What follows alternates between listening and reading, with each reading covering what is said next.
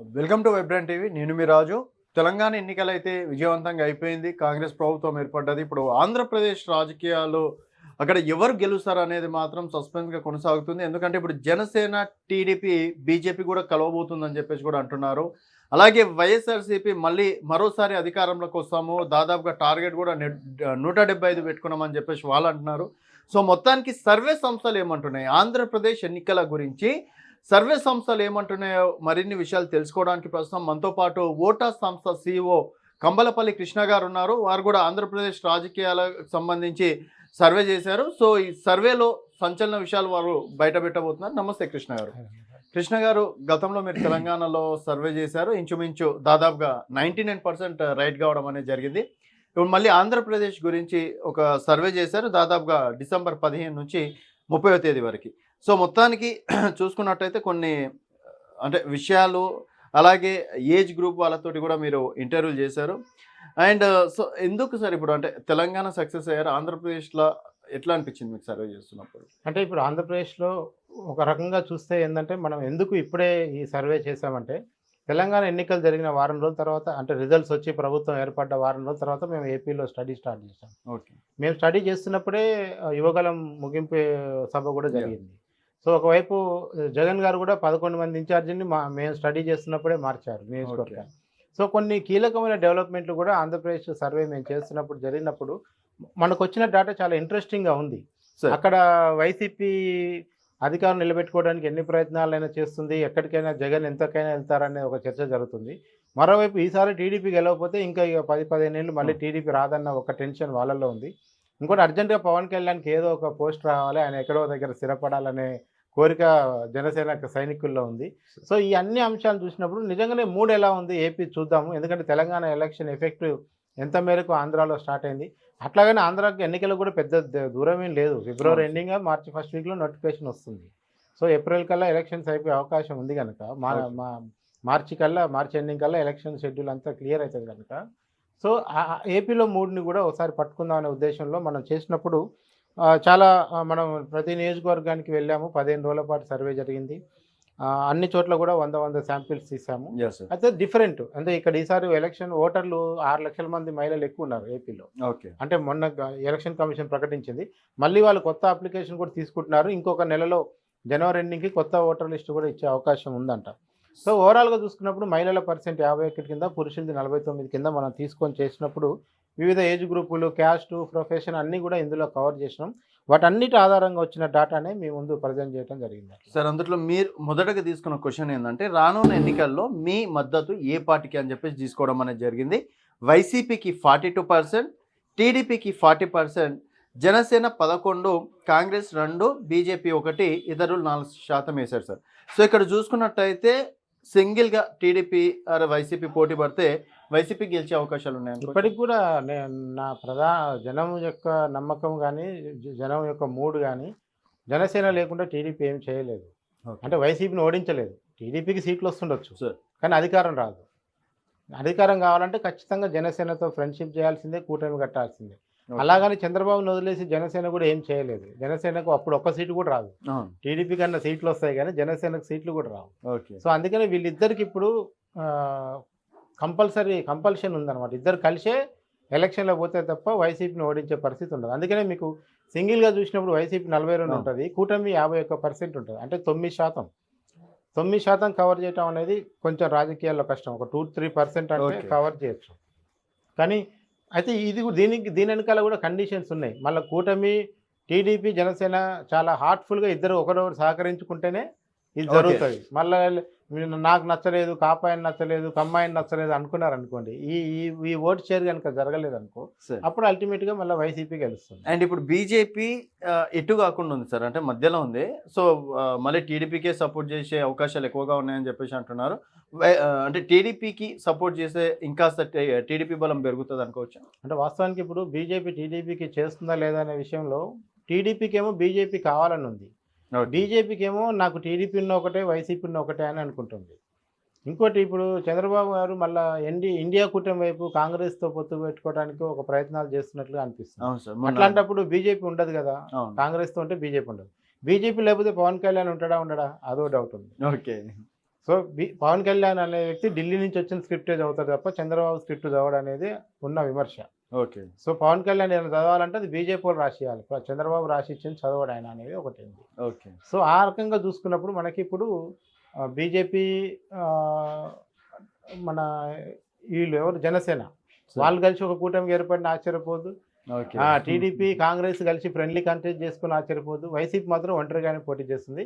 YCP బీజేపీతో పొత్తు పెట్టుకుంటే వైసీపీ నష్టపోతుంది. ఆ విషయం జగన్ తెలిసే ఆయన దూరంగా తిరుగుతున్నాడు. Okay sir. సో ఇప్పుడు ఇక్కడ ఒకవేళ టీడీపీకి అయితే టీడీపీ బెటరే అంటారా? ఎవరు టీడీపీ బీజేపీ టీడీపీ తోటి కలుస్తారు.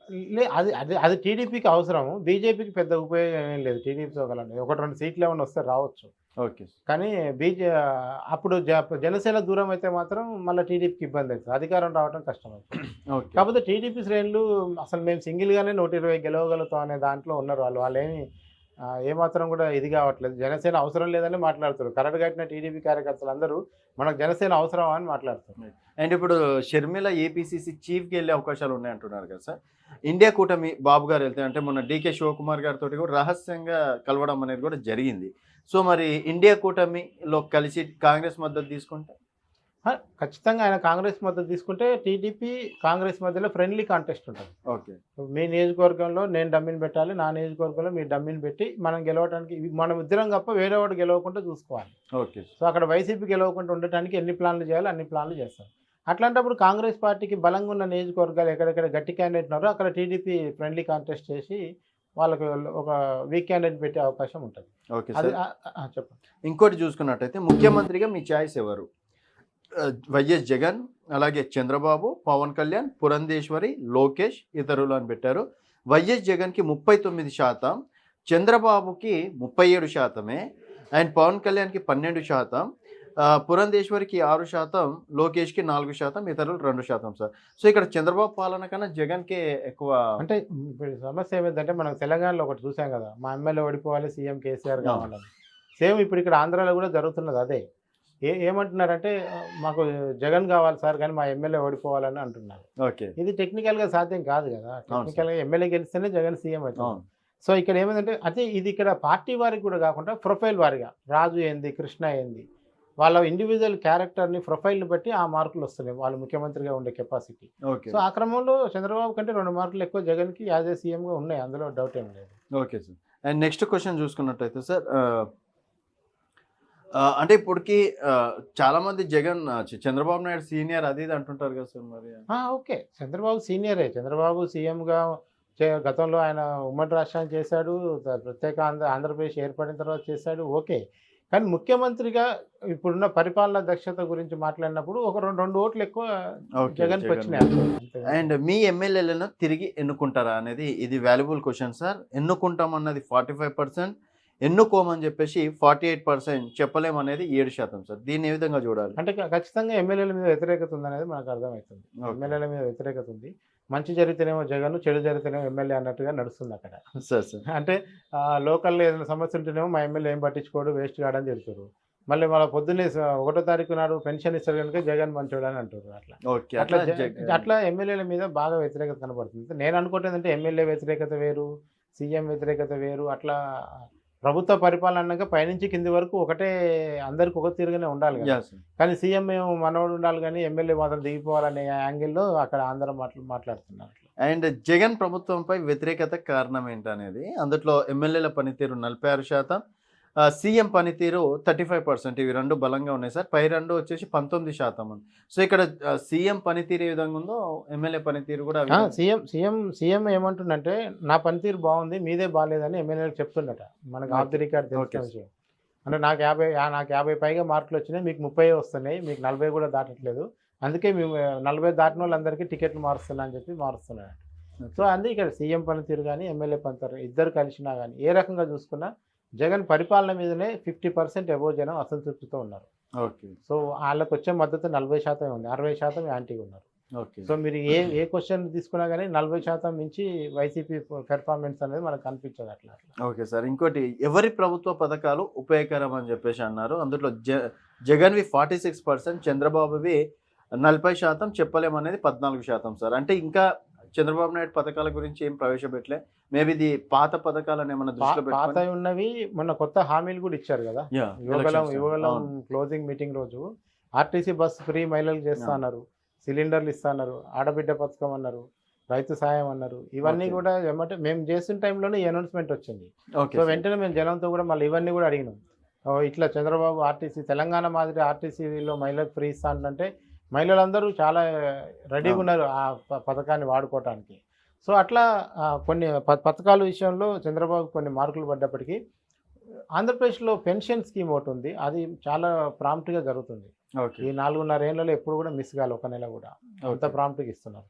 దానివల్ల జగన్ ప్రభుత్వ పథకాలు చంద్రబాబు కంటే బెటర్ అనే ఉద్దేశం ఒక 6%లో మనకు కనపడుతుంది. Okay sir. అండ్ ఇంకోటి వచ్చేసి ఈసారి ప్రభుత్వం మారుతుందని అనుకుంటున్నారా అని. అవును అని చెప్పేసి 44%, కాదు అనేసి 42%, చెప్పలేమనేది 14% ఉంది సార్. దీన్ని అంటే ఇంచుమించు రెండు దగ్గరనే ఉంది. అంటే కొంత ఎటు చెప్పలేని పరిస్థితి. రేపు ఆ పర్సెంటేజ్ అయితే ఉందో ఒరిజినల్ ట్రూ టెక్నికల్ చూసుకుంటే 2% కంటే ఎక్కువ తేడా లేదు రెండు పార్టీలు. అవును. ఏదే టీడీపీ వైసీపీ మధ్య. అదే కూటమి మధ్య చూసినప్పుడు 9%. అవును. ఈ 9లో 5-4 వచ్చినా కానీ అధికారం మారుతుంది, 4-5 వచ్చినా కానీ అధికారానికి తేడా వస్తుంది.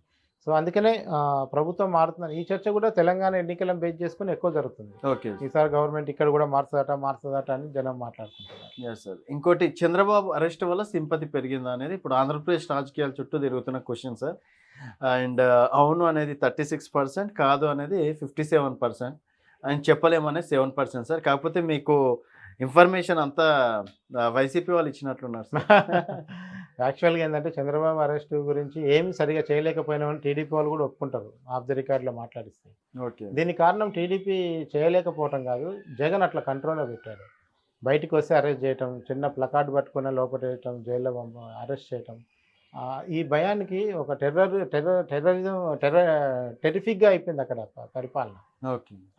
భయంకరమైన ఒత్తిడిలో గురి చేశారు టీడీపీ క్యాడర్. దానివల్ల క్లియర్ కట్గా టీడీపీ కూడా చేయాల్సిన ఉద్యమాలు చేయలేకపోయింది. ఈవెన్ లోకేష్ కూడా వచ్చి హైదరాబాద్లో ర్యాలీ చేస్తాను తప్ప కానీ విజయవాడలో ర్యాలీ చేస్తాను కూడా అనలేదు కదా. సో అందుకనే ఎవరికి వాళ్ళు చాలా సేఫ్ గేమ్ ఆడారు. అందుకే చంద్రబాబు ఇమేజ్ తగ్గ రెస్పాన్స్ అయితే రాలేదనేది జనం చెప్పారు. నా పర్సనల్ ఒపీనియన్ కూడా అదే. Okay sir. ఇంకోటి 3 రాజధానుల నిర్ణయం సరైనదేనా? అవును అనేది 39%, కాదు అనేది 51%, చెప్పలేమనేది 10% సార్. 3 రాజధానులు క్లియర్గా వ్యతిరేకిస్తారు జనం.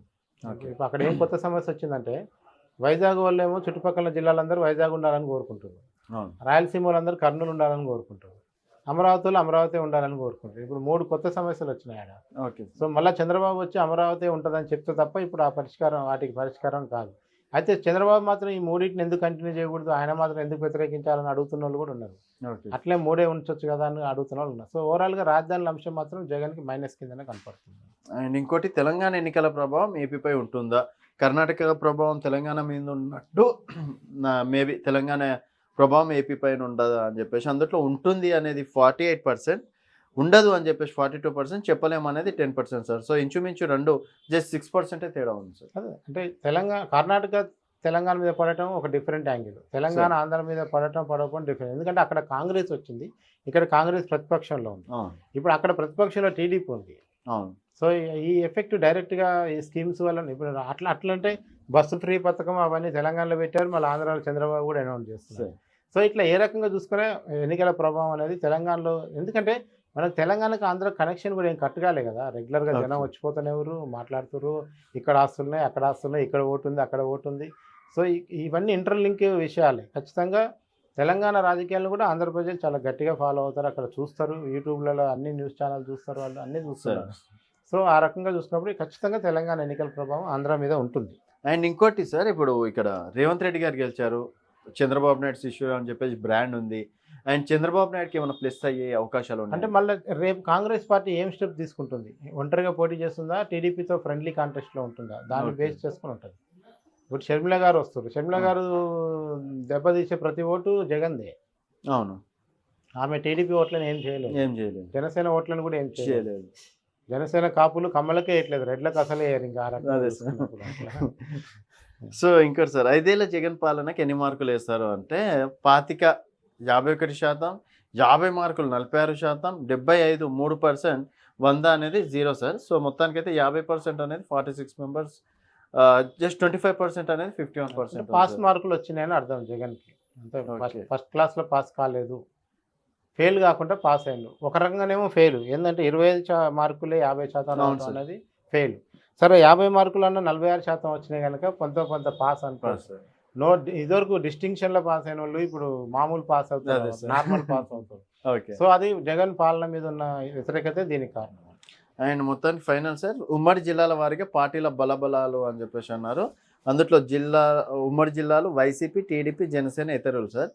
శ్రీకాకుళంలో వచ్చేసి వైసీపీకి 40% ఉంది, టీడీపీకి 41% ఉంది, జనసేనకు 10% ఉంది, ఇతరులు 9% సార్.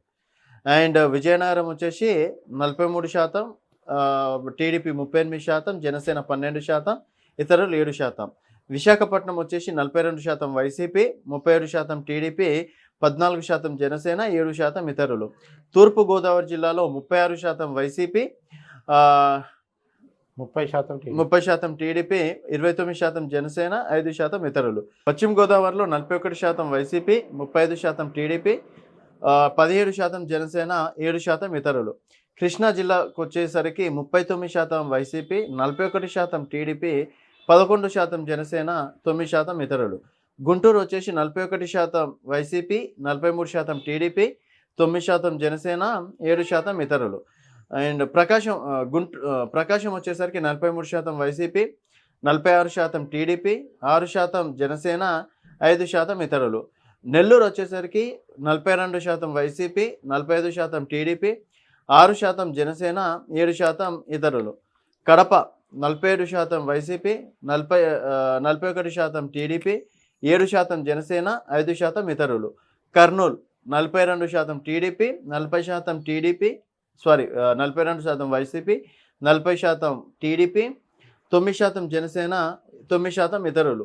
అనంతపురం వచ్చేసరికి 44% వైసీపీ, 41% టీడీపీ, 10% జనసేన, 5% ఇతరులు. చిత్తూరు 40% వైసీపీ, 43% టీడీపీ, 8% జనసేన, 9% ఇతరులు. మొత్తంగా చూసుకున్నట్టయితే సార్ 42% వైసీపీకి పాజిటివ్గా ఉన్నారు, 40% టీడీపీకి, 11% జనసేనకి, 7% ఇతరులకు ఉన్నారు సార్. సో ఇక్కడ ప్రతి ఒక్క జిల్లాలో చూసుకున్నట్టయితే 2%, 3% తేడాలు మాత్రమే అంత ఉన్నాయి. టైట్ ఉంది, ఇద్దరికి కూడా దగ్గరగా ఉంది. కూటమి అనేది కనుక కరెక్ట్గా వర్కౌట్ అయితే వైసీపీకి చాలా నష్టం. ఓకే. కూటమిలో లుకలుకలు తీయగలిగి కూటమిని డిస్టర్బ్ చేయగలిగితే వైసీపీకి లాభం జరుగుతుంది. Okay sir. ఆ రకంగా జిల్లాలో మనం చూడొచ్చు ఒకసారి. Okay sir. సో మొత్తానికి ఫైనల్గా కొన్ని కీలక అంశాలు కూడా తీసుకున్నట్లున్నారు సార్. యా, అది జగన్ ప్రభుత్వంపై వ్యతిరేకత స్పష్టంగా ఉంది. సెకండ్ వచ్చేసి టీడీపీ లేకుండా జనసేన చేసిందేం లేదు. అండ్ జనసేన లేకుండా వైసీపీని ఓడించడం టీడీపీ వల్ల కూడా కాదు. అండ్ గత ఎన్నికల కంటే వైసీపీ గ్రాఫ్ తగ్గింది, టీడీపీ జనసేన గ్రాఫ్ పెరిగింది. సంక్షేమ పథకాల లబ్ధిదారుల మెజార్టీ వైసీపీ వైపు ఉన్నారు. సో ఈ పథకాలు అందరూ యాక్సెప్ట్ చేస్తున్నారు. అంటే మేజర్గా ఏదైతే ప్రాంప్ట్గా వస్తున్న స్కీమ్స్ అన్నిటికీ కూడా వైసీపీ ఓటింగ్ పడుతుంది, లాయల్ ఓటింగ్ పడుతుంది. అండ్ ప్రభుత్వ ఉద్యోగులు స్పష్టంగా జగన్ పాలన పట్ల అసంతృప్తితో ఉన్నారు. అంటే వాళ్ళకి ప్రభుత్వ ఉద్యోగులకు ఇచ్చిన ఎన్నికల హామీలు ఏవి కూడా నెరవేరలేదు. ఓకే. టీఆర్సీ కానీ, డిఎల్ కానీ ఇట్లాంటి అంశాలన్నీ కూడా పెండింగ్లో ఉన్నాయి. సో ప్రభుత్వ ఉద్యోగులు ఏమాత్రం కూడా సాటిస్ఫై లేరు. వాళ్ళు ఇప్పుడు చంద్రబాబు నయం అంటున్నారు ఓకే. జగన్తో పోలిస్తే. అట్లా సగం కాలమైన సీఎం పదవిని పవన్ కళ్యాణ్కి ఇవ్వాలని కాపులు కోరుకుంటున్నారు. కాపులు కూడా ఇలా టీడీపీ సపోర్ట్ చేసి కూడా ఏంటంటే ఎప్పటికైనా పవన్ కళ్యాణ్ సీఎం చేస్తారని ఆశతోనే చేస్తున్నారు. ఓకే. పవన్ కళ్యాణ్ని సగం టర్మ్ అయినా లాస్ట్ 2 years అన్నా పవన్ కళ్యాణ్కి ఇవ్వాలి. ముందు చంద్రబాబు తీసుకున్నా నెక్స్ట్ పవన్ కళ్యాణ్కి ఇవ్వాలన్న హామీ మీదనే జరుగుతుంది వ్యవహారం. జరిగే పని లోకేష్ కూడా ఉండు కాబట్టి. లోకేష్ అనేది ఇప్పటికిప్పుడు రాడు, వచ్చే ఎలక్షన్ టైంకి తయారవుతాడు. కానీ చంద్రబాబు ఉన్నాక లోకేష్ ఫిగర్ రాదు ఇంకా. ఓకే. కాకపోతే అవసరం పవన్ కళ్యాణ్తో ఉంది కనుక పవన్ కళ్యాణ్కి షేర్ చేయాల్సి వస్తే అధికారులు షేర్ చేయాల్సి వస్తుంది. Okay sir. అండ్ బీసీలో వైసీపీకి మద్దతు పెరిగింది. మొన్న ఆర్ కృష్ణ గారు కూడా ఇదే మాట్లాడడం అనేది కూడా జరిగింది. అండ్ ఎస్సీ ఎస్టీ బీసీలకు జగన్ పెద్దపీట వేయడాన్ని ఓసీలు జీర్ణించుకోవడం లేదు. అంటే ఓసీల చేతుల రాజకీయాలు మొత్తం ఓసీల చేతుల్లోంచి బీసీ ఎస్టీలో పోతున్న భయం లోకల్ రాజకీయాలన్నీ, స్థానికంగా ఉన్న రాజకీయాలన్నింటిలో కూడా ఎస్సీ ఎస్టీ బీసీలు ప్రజాప్రతినిధులు ఎన్నికవుతూ వస్తున్నారు. ఓసీలది తగ్గిపోతుంది డామినేషన్. సో అందుకే కొంతమంది పర్టికులర్ రెడ్లు మాత్రం చాలా కోపంగా ఉన్నారు జగన్ మీద. ఓకే. ఆ రెడ్లే రేపు ఏదైనా కొంప ముంచొచ్చని కూడా అంటున్నారు. అట్లా అండ్ తెలుగుదేశం క్యాడర్ అంతా బహిరంగంగా మద్దతు ప్రకటించే స్థితి లేదంటే సార్. అంటే ఇప్పుడు టీడీపీ లీడర్ ఎవరైనా అన్యాయం జరిగితే బయటకు వచ్చి బ్యానర్ పట్టుకునే పరిస్థితి కూడా లేదు, ఎందుకంటే అరెస్ట్ల భయం. అవును. ఎలక్షన్ టైం లాంటి బూత్ బూత్ ఇన్ఛార్జ్ అని ఉంటాడన్న భయంతో వచ్చింది ఇప్పుడు టీడీపీ వాళ్ళు. ఓకే. సో అంత అంత భయపెడుతున్నాడు జగన్. తెలంగాణ మాదిరి ఏపీలో కూడా ప్రభుత్వ మార్పు ఉంటుందన్న చర్చ బలంగా ఉంది. అండ్ గ్రామీణ ప్రాంతాలు కాస్త వైసీపీ ఎడ్జి చూపిస్తున్నాయి. సో అండ్ పట్టణ ప్రాంతాలు ప్రభుత్వ పాలనకు వ్యతిరేకంగా ఉన్నాయి. గ్రామీణ స్థాయిలో అయితే జగన్మోహన్ రెడ్డి ఓకే, పట్టణాల్లో మాత్రం యాంటీ గవర్నమెంట్. ఓకే. మహిళలు వైసీపీకి ఎక్కువ మద్దతు ఇచ్చే అవకాశాలు ఉన్నాయి, ఈ అమ్మఒడి పథకాలు అవి ఎఫెక్ట్. అండ్ పెన్షన్దారులు ఓట్లు బలంగా వైసీపీకి ఉన్నాయి. నిరుద్యోగులు స్పష్టంగా ప్రభుత్వ వ్యతిరేకంగా ఉన్నారు. ఎందుకు సార్ ఈ వాలంటీర్ పోస్టులు వేసారు? అండ్ నాసిరకం మద్యం వాటి రేట్లు కూడా కొంత వ్యతిరేకతను కలిగిస్తుంది. మద్యం బాబుల ఓట్లు కూడా కీలకం.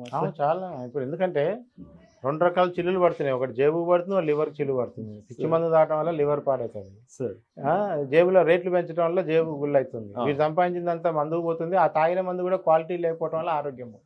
ఇట్లా 2 రకాలుగా నష్టం జరుగుతుంది ఇప్పుడు. అండ్ కనీస వసతుల్లో ఒకటైన రోడ్ల అంశం ప్రజల్లో తీవ్ర ప్రభావం చూపిస్తుంది. అండ్ చంద్రబాబు అరెస్ట్ వల్ల పెద్దగా సింపతి ఏం రాలేదు. కూటమి ప్రకటించిన కొత్త హామీలకు మహిళలు బాగా స్పందిస్తున్నారు. రాజధానుల అంశం, అభివృద్ధిలేమి వైసీపీకి నెగిటివ్ ఓటును పెంచుతున్నాయి. ప్రతిపక్ష నేతపై దాడులు, కేసులు కూడా వ్యతిరేకతకు మరో పెద్ద కారణం. టీడీపీ జనసేన కూటమి వర్కౌట్ కాకపోతే వైసీపీ గెలవడానికి అవకాశాలు ఉన్నాయని చెప్పేసి తీసుకున్నారు సార్.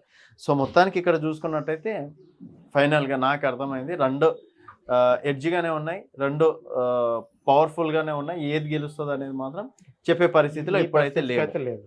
అదే సరే, ఎందుకంటే ఓటు శాతం కూడా పవన్ జనసేనకు వస్తాయనుకున్న 11% నుంచి ఎంత ఓటు టీడీపీకి షేర్ అయితే అనే దాన్ని బట్టి కూటమి వస్తుందా వైసీపీ వస్తుందా చెప్పడానికి అవకాశం ఉంటుంది.